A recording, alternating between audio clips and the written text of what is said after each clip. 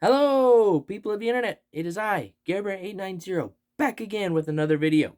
So last time we talked about my Nintendo 64 collection. So of course, this time it is the beloved Nintendo Gamecube. This was actually the first system that I bought myself. I was able to work and save up money, and I purchased this on the first day of summer in 2004, actually, for $106, brand new. And then, of course, I have to get the Game Boy Player attachment for sure. But yeah, I really had a lot of fun with this. This was one of my childhood defining consoles for sure. And it's still one of my all time favorites. It just had so many great games. So many. It's definitely one of my most collected consoles in my collection. And so this will definitely be a 2 or 3 part series. So without further ado, let's get into it. So starting us off, we got The Sims 2 that I bought in a bundle for $4.70. All right, and then we got Harry Potter and the Chamber of Secrets, which actually they did pretty good with these ones. They were actually pretty fun. And this one I got in a bundle for $6.67. And then we got Harry Potter and the Goblet of Fire. I got in a pawn shop for $4.79. And then I had a good friend of mine say, "Hey, do you want this?" And I said, "Yes." Top Gun Combat Zones. Okay, and then we got Pac-Man Versus and Pac-Man World 2. Which I picked this up because Pac-Man Versus actually got quite a bit of hype for being a lot of fun to play multiplayer. I have yet to try that out. I should probably give that a go. But I found it on Craigslist and picked it up for $3.32. Okay. And then in the same bundle as the Chamber of Secrets, I got Tony Hawk's Underground 2, $4.70. That one was fun. Definitely over the top. And then in the same bundle, Tony Hawk's American Wasteland, $4.70. No load times. And in that same bundle, we got Need for Speed Underground 2. Gotta love Need for Speed. $4.70. All right. And then we got NBA Street, or just Street. No, NBA Street. Sorry, this is an interesting title. NBA Street Volume 3. And I wanted to pick up this one because you have Mario and the crew. And plus, I did like the EA Big series. They had some fun ones. So I got that one for $14.85 off of eBay. And speaking of EA Big, this is one of my favorite series of all time. SSX. Tricky. I picked this one up for $6.67. And then we got SSX on Tour that I got on eBay. And the reason why I really like the SSX series is because of SSX 3, which my brother got, and we just had a blast playing this. Like the music, the levels, the huge air. And this is one game that I actually got pretty good at growing up. And so it was really cool to just like have all the records and just really dominate at this game. And so I got this for SSX3 was $4.79, and then SSX on Tour was $7.98. But I believe I actually got them together, and I had sent an offer, and it wasn't a low ball, but it was lower because I usually expect them to counter, and so my hope is they'll meet in the middle of whatever my offer was. But then they accepted it, and I was kind of shocked. But On tour didn't have the manual, so I did buy that separately. So that's why it was a little more. I'm sure you were all, very curious why that was. All right, and then we got The Legend of Spyro: A New Beginning. So this was like a kind of soft reboot of the Spyro series, where they brought in Elijah Wood, David Spade, and Gary Oldman. So, yeah, this one, let's see.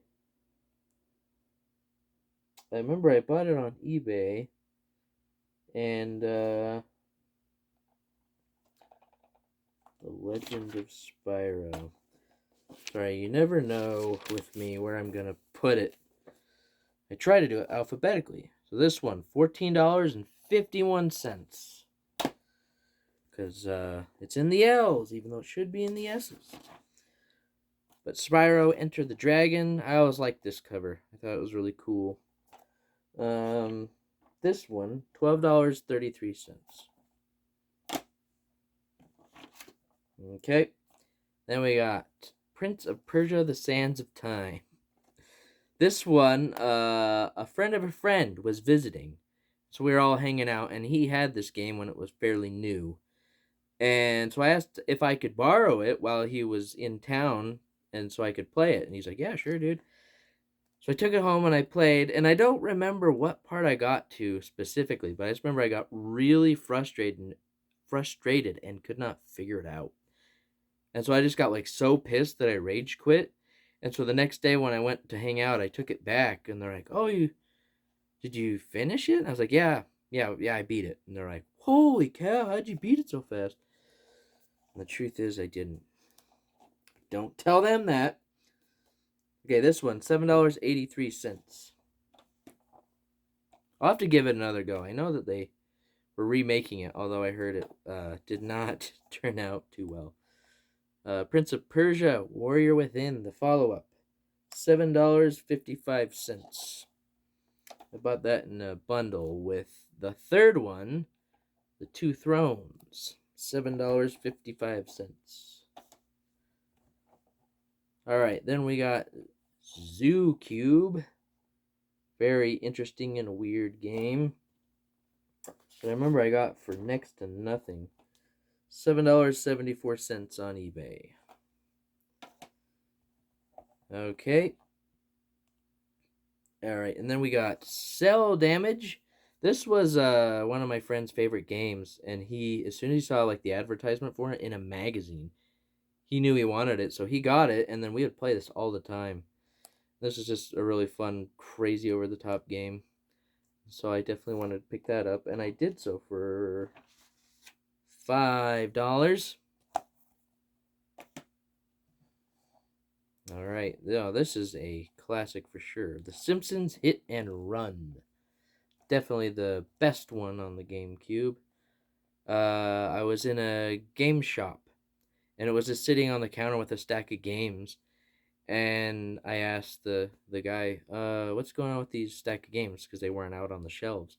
And he's like, they're for sale. So I was like, how much for this? He's like, it was like $8. I'm like, yeah, I'll take that. So let's see, what did I end up paying? The Simpsons Hit and Run, $8.50.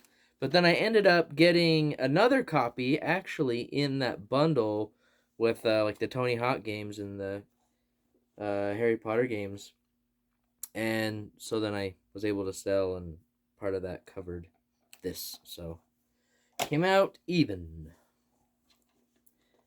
Okay, then we got 007 Agent Under Fire.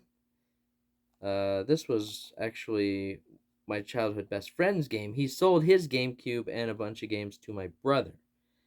And so we had that for a while. But then when I was able to get my own GameCube and I didn't have to ask to play anymore. But yeah, my brother gave me some of the games that he didn't really like as much. Or later down the road, he sold them to me for a really good price. So yeah, $5 for this one. All right, Tak and the Power of Juju. I haven't played too much of this, but it did get like pretty good reviews. But actually, my ninth grade art teacher, his son was part of the development team. So he was this like really old guy, like had to have been in his like late 60s, early 70s, and he's just like, "Oh yeah, my son had some game he made, Tak and the Power of Juju, that did really well." And I'm like, "Oh, that's cool." So yeah, I know some guy's grandfather that or father that made this. So not many people can say that about Tak and the Power of Juju, which I bought for $6.98. Okay, then we got The Hobbit. I really like the art style of this actually, and my cousins had it, so I'd watch them play it. So it was just kind of in the back of my mind, and I wanted to get it. So I got it for $10. And for whatever reason, the seller didn't advertise this, but he sent me the Game Boy Advance cartridge of this as well for free. And it blew my mind. I wept openly when I got it. And I almost wept openly when I found this in a pawn shop. Spider-Man laid the groundwork for Spider-Man 2, which is a crowd favorite. But yeah, this one found in a pawn shop, and I was able to get it for $4.24. I didn't really find GameCube games too often in the wild, so it was always kind of cool when you found a decent one. Alright, then we got Enter the Matrix, which my brother was a die-hard fan of the Matrix, and so he had this, and I just thought it was so cool to watch him play it. And also, little rant, it drives me nuts on eBay whenever people will have a best offer option. Like, if I can save a buck or two, like, why not try? And I remember that I think they had it for like $7.65 or best offer. So I just sent $5 thinking maybe they'll do 6. But the offer gets declined, and so I did 6, and the offer gets declined, so I did 7. Offer gets countered with $7.25. So, it was worth it in the end because I saved 40 cents. Like, I don't know. It's weird to me when they don't just counter offer. It's like, okay, here's someone offering to buy the game, and if they're not lowballing you, like, why not just, respond? Anyways, my rant is over for now. I might come back to it later. Alright, then we got Spawn Armageddon. This is one that I would watch my brother play and just thought it was super cool. Spawn Armageddon. We got for $8. Alright, now this one, there was a period of time where my mom got on this kick of no M-rated games. I don't care what the subject matter is, just no M-rated games. And we were at Hollywood Video, and there was some game I wanted to rent, and she said no because it was rated M. So I went and looked, and I found this game, and I remember I handed it to her, and she kind of looked at it, but then saw it was not rated M, and so I was able to rent it, and that is Second Sight, which, yeah, a very dark cover. But yeah, no, this one was actually pretty cool, because you could, like, transfer bodies, and so you just use that to your advantage in firefights and so on. You could, like, control stuff with your mind. Anyways, Second Sight. $10 on eBay. Alright, another crowd favorite. Time Splitters 2. I just had so many friends that were almost addicted to this game. So, I grabbed this one for $16 in honor of them. Okay, then we got Turok Evolution, found in a thrift store. Sorry, I lost my words. $5. And then we got Metal Arms Glitch in the System, which I haven't played a whole lot of, but people were saying it was actually pretty fun. And so I decided to pick it up on eBay for $19.94. And then we got Sphinx and the Cursed Mummy. This one people liked quite a bit, and they actually did a remaster not too long ago. And so I grabbed this one for $10.52. Alright, then we got Vex, $10.02. And then this one I did play a bit, and I would like to play more because I just thought it was a game with a lot of heart, and that is Dr. Muto. I'm glad I grabbed this one because I think it's kind of started to go up a bit on the GameCube. But I grabbed it for $12.99. And then here's one that I remember I got for like dirt cheap. Well, not dirt cheap, but a pretty low price. And then now it's just like gone up quite a bit.